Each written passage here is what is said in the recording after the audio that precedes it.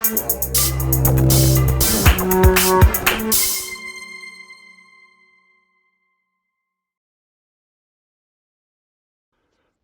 we move on to rear hand lateral strike, and there are some things that our body is just going to know through training within the four contexts paradigm, but there are some things it's not going to know that we have to teach it, and one of those is not to extend the arm fully. And the intent might try and do that because it adds extra volume, so like a dog it will just follow the command. Well, not like my dog doesn't follow the commands I give it, but it will follow the command that you give it, which is to generate more force. And this is a posture where it's difficult to generate force, so adding more volume can do that. But that gives you no wiggle room whatsoever if you mess up the hit. And also if you hit with the arm completely flat, it increases the force transmission, so it can damage the joint really easily.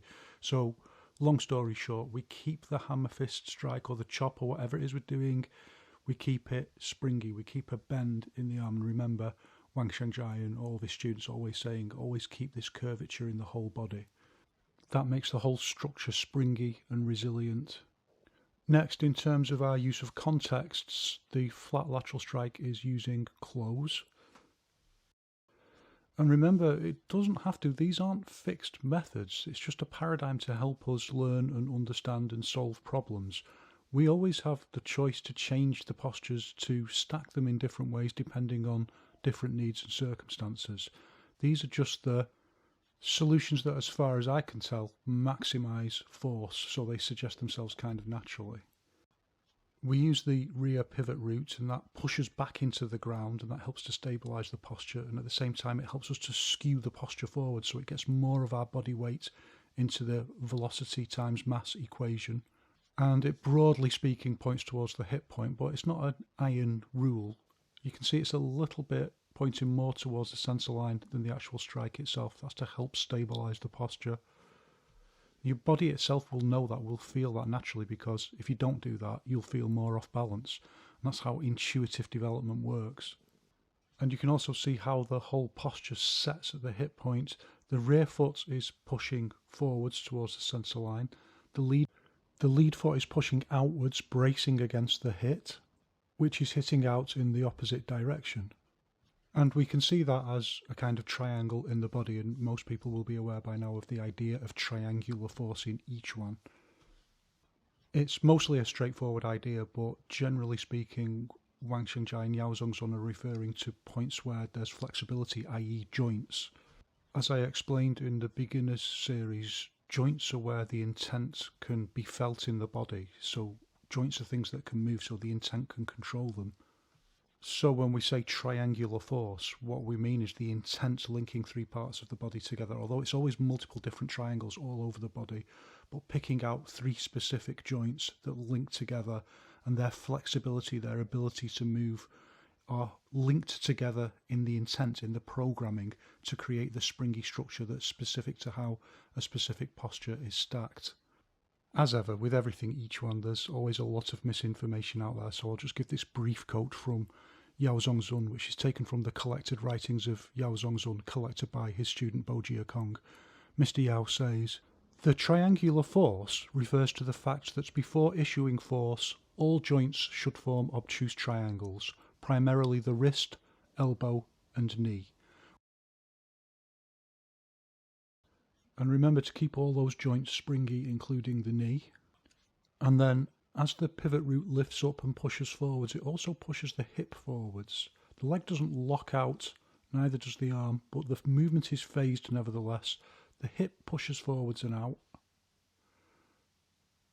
And we throw the arm out, flick the arm out using the energy of the arm at the elbow as well, just to add a little bit of zing on the end. And the whole movement is phased up to the hip point. And the posture then twists at the qua, with the lead part of the body going one way and the legs going the other way, and that creates the oppositional force, but it's not a very powerful movement. That's why we want that extra little bit of zing if we possibly can, with the striking out with the hammer fist from the elbow, or the chop, or whatever it is we're doing. It's a template posture rather than any fixed technique, but the important thing is to really get this idea of the phased movement, one part of the body twisting one way, one part of the body twisting the other, and that kind of oppositional force, and the way it phases and unfolds into the hit point. And we can, if we want, add in this figure 8 movement with the hips, using open first and then trying to slingshot it into close. However, despite adding a little bit of volume to the posture initially, that doesn't really work. And looks can be very deceiving here. It's just the way the posture is stacked means that the initial slingshot that you get from using close just can't travel through to the end point of the posture. It's just in the nature of the oppositional force that we're using that by the time we get to the hit point, it's too late for any initial extra added in force from that movement to be added to the posture. It's just lost along the way. But as ever, what it is useful for is adding in another technique. So in this case, the lead hand inner forearm hit. And that makes the posture look more powerful, but actually it's really two postures together, and that's what's creating that illusion. Instead, to maximize power, we want to massively increase our explosivity, and starting with pulling the arm back as fast and explosively as possible. And then simultaneously as that arm's pulling back, you want to imagine like there's something stuck to your shoulder, like a bit of chewing gum, and you want to ping it off and stop suddenly. Explosive movement, stop suddenly, and that chewing gum's just going to ping off and fly forwards. And then the other thing that I'm demonstrating here is the difference between this posture and the rear forearm strike. So the rear forearm strike goes out on an angle to the side, whereas this posture has to come through and hit much closer to the centre line. And again, that's all about the bone alignment, straight back down into the shoulder, strengthens the posture, whereas for this posture, it's muscle alignment.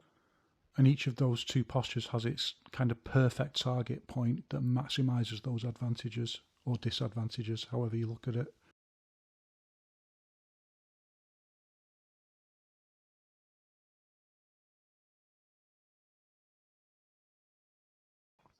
Okay, now let's change from the vertical hitting out and think about our two other postures. We've got hitting up and we've got hitting down, and we're going to think about hitting down first.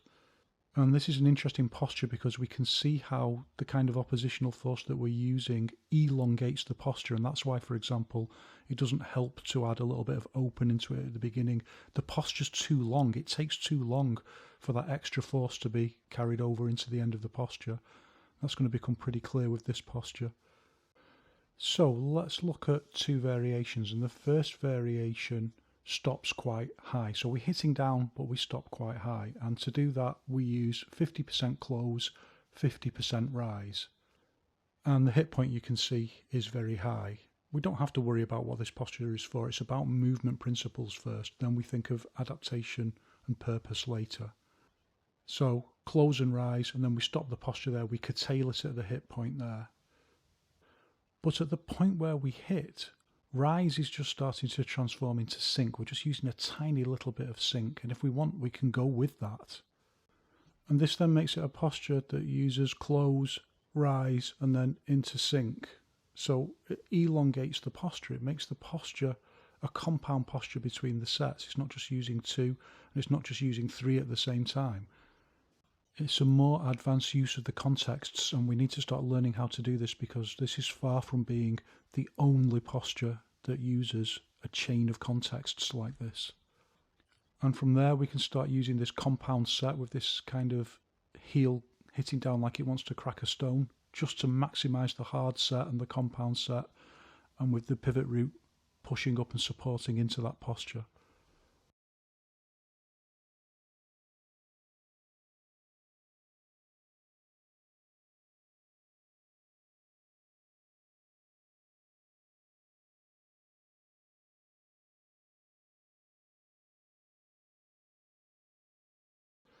Okay, now let's change to hitting upwards.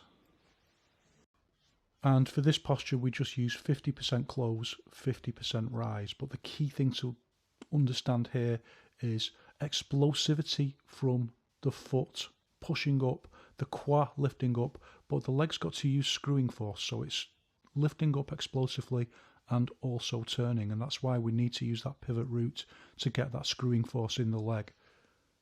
And we push the hip forwards as far as possible and hope that no one else is watching me in the woods, filming me doing that. The pelvic thrust, and then look how it times in line with the hit. the screwing force in the leg and the explosive push-up, and everything's got to be in line with that hit. If the timing is off, it's not so much about force generation, it's about force transmission. You can't time it perfectly in line with the set if the timing is off. So everything's got to be spot on. And also you've got to remain balanced. And then finally, as with all these postures, you can practice them in standing, just visualizing, triggering the movement, using visualizations, imagining rubber bands resisting, and you can do the postures then slowly, slow movement, shili, and remember to bring them up to the lock point and feel the lock point within or at the end of the slow movement.